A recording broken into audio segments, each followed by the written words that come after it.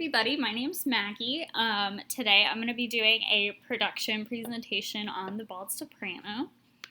So the production I'm going to be talking about today was put on at the Theatre Francis de Toronto, which I know I just butchered that. I'm really sorry. It ran from October 23rd to November 3rd, 2019, and we have a cute little picture of the theater there for you. It was directed by Chandra Gibson, who is a two-time winner of the Dora Mavor Moore Award, which, if you don't know, is like the Canadian Tony equivalent, which is very exciting for her. Love that for her. It was designed by Joel Beddoes, who is the theater's artistic director. One thing that they did change about this production is that they did it completely in French and had English subtitles, which is something the director talked a lot about in interviews, because she really wanted to open it up to a wider audience, which I feel like is a really smart thing to do, especially when you're in Canada, where you have both languages kind of happening at the same time. There's the cast listed there for you. I couldn't find anything super significant that I felt like we would know them for, but they all got really good reviews about their performance in The Bald Soprano, so that's really good news. Like I said, all really positive reviews about the show.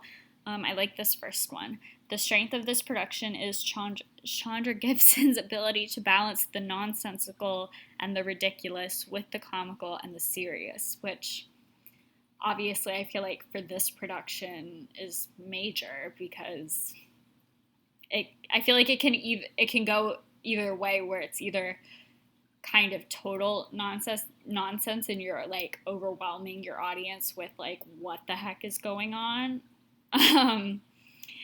So I think finding that balance is really important. So like I said, all of the reviews really loved the show. All of the reviewers, I mean, there wasn't really anything negative said about it, which is impressive. Really good work, everybody.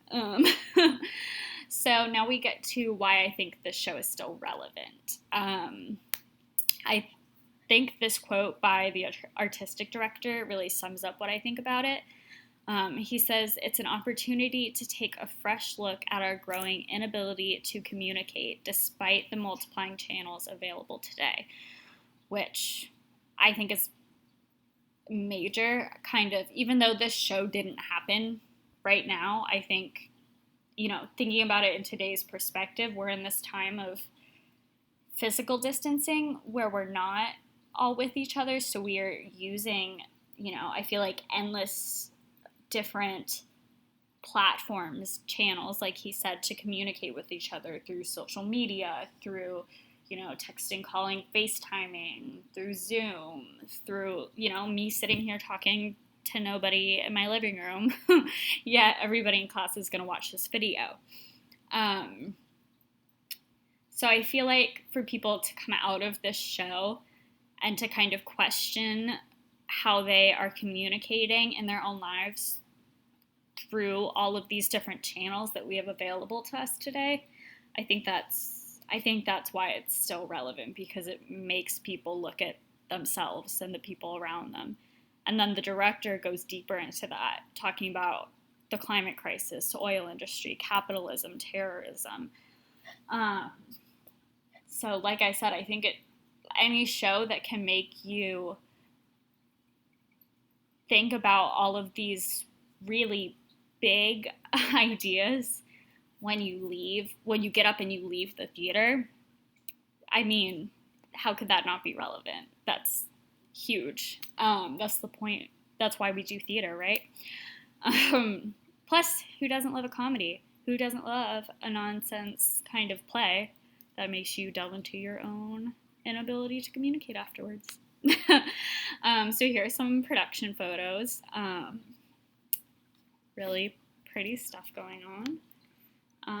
And that's my works cited, so that's kind of it. And I have pictures of my pets for you to enjoy. If you didn't enjoy my rambling, I hope you enjoy pictures of them. We have Putty the dog and Elliot, the very sassy cat. that's all for me. I hope y'all have a really good day. Bye.